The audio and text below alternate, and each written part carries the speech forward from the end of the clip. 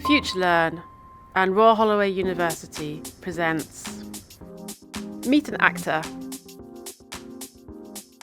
My name is Tigger Blaze. My pronouns are he and him, although I feel that those pronouns don't quite fit how I identify, but out of the options that are currently available, that's the one I'm going to pick. I am 5'1". I am slight on the top half of my body and more muscular on the bottom half of my body. My skin is white and fairly pale. My hair is auburn and very short, and I've got a kind of quiffy bit on my fringe. My voice is younger than I am. That's what I'm going to say. So I am not young, but my voice is. And I'm wearing a pink shirt with a grandad collar and short sleeves, and I have a black sports watch. I'm an actor. I work in theatre, TV, film and audio. I play lots of different characters. I'm really lucky to be blessed and to be playing all kinds of gender of characters. So I play female, male, trans characters, non-binary, gender non-conforming. I play children and animals, seriously, all of them. I'm currently Vice Chair of Equity's LGBT+ committee. Equity is the union that looks after the performing arts industry and people that work within it. I think gender's always been important. We all have a gender identity, but I think it's something that's become a subject or an issue that is heightened at the moment because more people are speaking out and telling us about their gender and letting us know how they feel and how they don't actually maybe identify with male or female, and that they're somewhere on that spectrum between the two binary genders. So it's really easy to get confused between gender identity and gender expression. Gender identity is how you feel about your gender in your heart and in your head. And gender expression is how you express that gender identity outwardly in the world.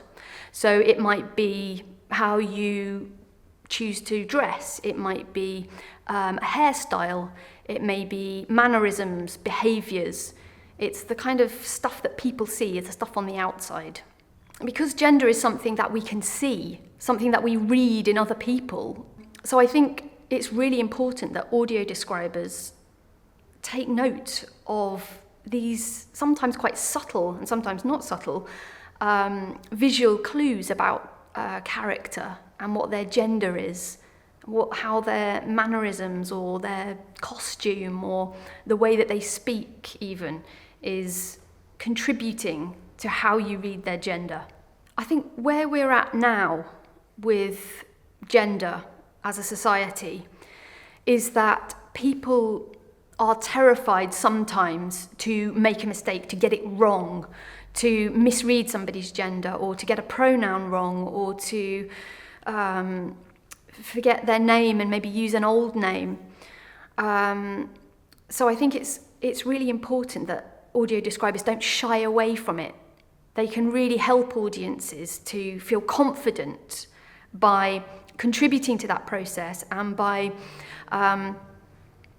describing kind of with real detail and real nuance aspects of a character, including their gender identity and expression.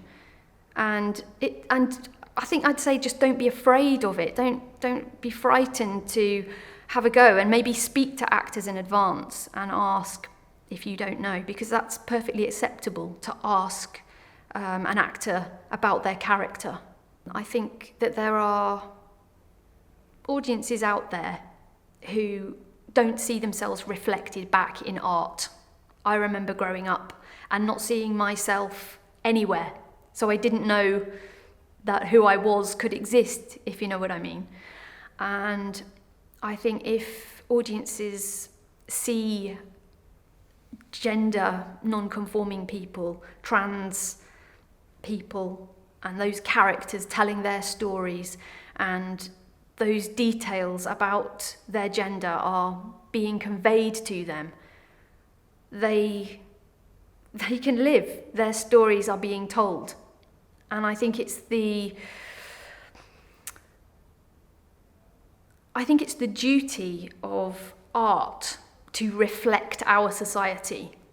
And if they're not doing that with representation and diversity, then they're not serving society, they're not serving audiences. And that's why representation is so important. I also think art has a place when it comes to education. It has a place in educating society about things that they might not have realised or known about.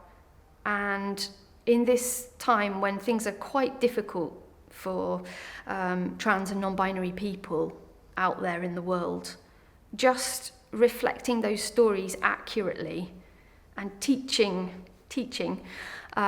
audiences about that vast spectrum of gender can only be a good thing, and allow society to see, okay, now I've seen that character, I understand a bit more. I think that's really important.